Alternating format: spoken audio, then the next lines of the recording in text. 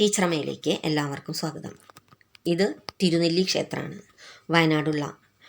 വയനാടിൻ്റെ ഏകദേശം വടക്കു ഭാഗത്ത് ഈ കുടക് മലകളോട് ചേർന്ന് കിടക്കുന്ന ബ്രഹ്മഗിരിയുടെ താഴ്വാരത്തിലുള്ള പ്രകൃതി രമണീയമായ പ്രദേശത്ത് എന്ന് പറഞ്ഞാൽ കാട് തന്നെയാണ്, കൊടും കാട്. അതിന് നടുക്ക് കൊണ്ട് ഒരു ക്ഷേത്രം പണിത് വെച്ചിരിക്കുകയാണ്. കണ്ടോ എന്തു ഭംഗിയാണെന്നറിയോ ചുറ്റുപാടും. ഞങ്ങളിവിടെ നിന്നൊരു 10:11 പുറപ്പെട്ടു. ശ്രീകുട്ടൻ അന്ന് 4 വയസ്സുണ്ടായിരുന്നുള്ളൂ, ചെറിയ കുട്ടിയാണ്. അപ്പോൾ ശ്രീകുട്ടനും ഉണ്ടായിരുന്നു, അഖി ഉണ്ടായിരുന്നു. ശ്രീകുട്ടൻ ഇത്ര ദൂര യാത്രയ്ക്ക് പോയിട്ടില്ല. അതുകൊണ്ട് തന്നെ അവൻ്റെ അച്ഛനും അമ്മയും ഇല്ലാത്തത് കൊണ്ട് ചെറിയൊരു പേടി ഉണ്ടായിരുന്നു. എങ്കിലും അവൻ നല്ല കുട്ടിയായിട്ട് തന്നെയാണ് കേട്ടോ മുഴുവൻ സമയം ഇരുന്നത്. നമ്മളോട് നല്ല സഹകരിച്ച് മിടുക്കനായിട്ട് ഓരോ ചോദ്യങ്ങളും ചോദിച്ചുകൊണ്ട്, ഓരോ വഴിയിൽ കാണുന്ന എല്ലാത്തിനെക്കുറിച്ചും ഓരോന്ന് ചോദിച്ചുകൊണ്ട് മിടുക്കനായിട്ട് ഇങ്ങനെ ഇരുന്നു. പിന്നെ കുറച്ച് ദൂരം ഇങ്ങനെ ചെന്നപ്പോൾ പിന്നെ കുരങ്ങന്മാരും മാനും ഒക്കെ നമുക്ക് കാണാൻ പറ്റി കാട്ടിൽ. അങ്ങനെ നല്ല കുട്ടിയായിട്ട് ഇരുന്ന് കണ്ടോ. ഇടയ്ക്ക് ഓരോന്നൊക്കെ ചോദിക്കുന്നുണ്ട്.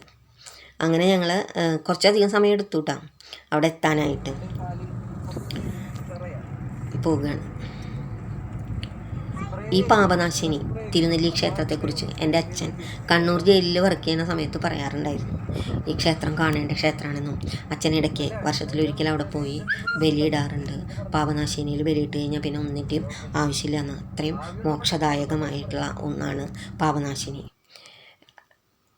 പരശുരാമൻ മാതൃഹത്യ ചെയ്തതിന് ശേഷം ആ പാപം ശമിക്കാൻ വേണ്ടി അവിടെ പോയിട്ടാണ് ബലിയിട്ടിട്ടുണ്ടായിരുന്നത്. അതുപോലെ തന്നെ ശ്രീരാമനും പഞ്ചപാണ്ഡവരും ജമദഗ്നി, അതായത് പരശുരാമൻ്റെ അച്ഛൻ, എല്ലാവരും ഇവിടെ വന്ന് ബലിയിട്ടിട്ടുണ്ടെന്നാണ് പറയപ്പെടുന്നത്. അങ്ങനെയാണ് ഐതിഹ്യം. കാണേണ്ട സ്ഥലം തന്നെയാണത്, പോകേണ്ട സ്ഥലം തന്നെയാണ്. ആ പാപനാശിനി ബ്രഹ്മഗിരികളിലെവിടെയോ നിന്നാണ് ഉത്ഭവിക്കുന്നത്. അത് ചെന്നു ചേരുന്നത് കാളിന്തി നദിയിലാണ്. അത്രയും പ്രകൃതി രമണീയമായൊരു സ്ഥലത്ത്, ഘോരവനത്തിനുള്ളിൽ ഇങ്ങനെയൊരു ക്ഷേത്രം കാണേണ്ടത് തന്നെയാണ്. മഹാവിഷ്ണുവിൻ്റെയും ബ്രഹ്മാവിൻ്റെയും ചൈതന്യമാണ് ഈ അമ്പലത്തിലുള്ളത്. അതുകൊണ്ട് തന്നെ ഈ ബ്രഹ്മഗിരി എന്ന് പേര് വന്നത് അതുകൊണ്ടാണ്. അദ്ദേഹത്തിൻ്റെ പാദസ്പർശമേറ്റത് കൊണ്ടാണ് അവിടെ ബ്രഹ്മഗിരി എന്ന പേര് വന്നത്. എവിടെയോ ഉത്ഭവിച്ച് ഈ കാടെല്ലാം കടന്ന് ഒരുപാട് വൃക്ഷങ്ങളുടെയും വേരുകളുടെയും ഇലകളുടെയും ഒക്കെ തഴുകി ഇവിടെ എത്തുന്ന ഈ പാപനാശിനിക്ക് കുളിച്ചാൽ എല്ലാ പാപങ്ങളും പോകുമെന്നാണ് പറയപ്പെടുന്നത്. അതുപോലെ തന്നെ രോഗശമനം വരുത്തുമെന്നാണ് പറയുന്നത്. ഇവിടെ തന്നെയാണ് പിണ്ടപ്പാറ ഉള്ളത്. ഈ പിണ്ടപ്പാറയിലാണ് നമ്മൾ പിണ്ടം വയ്ക്കുന്നത്. അവിടെ പല ഐതിഹ്യങ്ങളും ഉണ്ട് കേട്ടോ. ഇങ്ങനെ ബ്രഹ്മഗിരിയിൽ നിന്ന് ഇങ്ങനെ ഒഴുകി ഇവിടെ എത്തുന്ന ഈ പാപനാശിനിയെക്കുറിച്ച് പല ഐതിഹ്യങ്ങളുമുണ്ട്. ശരിക്കും ഒരു 6-7 മണിക്കൂർ എടുത്തുട്ടാണ്. ഞങ്ങളൊരു സന്ധ്യയൊക്കെ കഴിഞ്ഞു, ശരിക്കും ഇരുട്ടി, പേടിക്കണം പിന്നെ ആ വഴിക്ക് പോകാനായിട്ട്. എന്നാലും ചോദിച്ച് രാത്രി ആയിട്ടുണ്ടായിരുന്നു. ഞങ്ങൾ മാനന്തവാടിയിലെത്തിയപ്പോൾ അവിടെ നിന്ന് ഒരു 32-35 കിലോമീറ്റർ ഉണ്ട്. അപ്പോൾ ശരിക്കും പേടിച്ചു പോയി ആ രാത്രി യാത്ര. എന്നിട്ട് കുമാരേട്ടൻ്റെ ഒരു ഫ്രണ്ടിൻ്റെ റിസോർട്ടിലാണ് ഞങ്ങളന്ന് താമസിച്ചത്. അവിടെ ചെന്ന് പിന്നെ കുളിച്ച് ഭക്ഷണമൊക്കെ കഴിച്ച് കിടന്നു വന്ന് അവിടെ കിടന്ന് പിറ്റേ ദിവസം രാവിലെയാണ് ഞങ്ങൾ തിരുനെല്ലി ക്ഷേത്രത്തിലോട്ട് പോയത്. നല്ലൊരു റിസോർട്ടായിരുന്നു കേട്ടോ. അത് ഒരു റിസോർട്ടാണ്. ഒരു ഫാമിലി 2 ഫാമിലിക്കൊക്കെ താമസിക്കാൻ പറ്റിയ നല്ല റിസോർട്ടാണ്. അങ്ങനെ ഞങ്ങൾ പിറ്റേ ദിവസം തിരുനെല്ലിയിലെത്താണ്. കണ്ടോ തിരുനെല്ലി ക്ഷേത്രത്തിൽ ശരിക്കും വീഡിയോ ഒന്നും ശരിയായിട്ടില്ല, കുറച്ചൊക്കെ പാളിപ്പോയിട്ടുണ്ട്. ഇതാണ് തിരുനെല്ലി ക്ഷേത്രത്തിൽ ഒരു 1.5 കിലോമീറ്ററെങ്കിലും ഉണ്ടാവും ഈ പാപനാശിനിയിലേക്ക്. ആദ്യം അവിടെ ചെന്നിട്ട് നമ്മൾ റെസിപ്റ്റൊക്കെ എടുത്തിട്ട് പിന്നെ പാപനാശിനിയിൽ അവിടെ തന്നെയാണ് പാറക്കെട്ടുകളാണ്.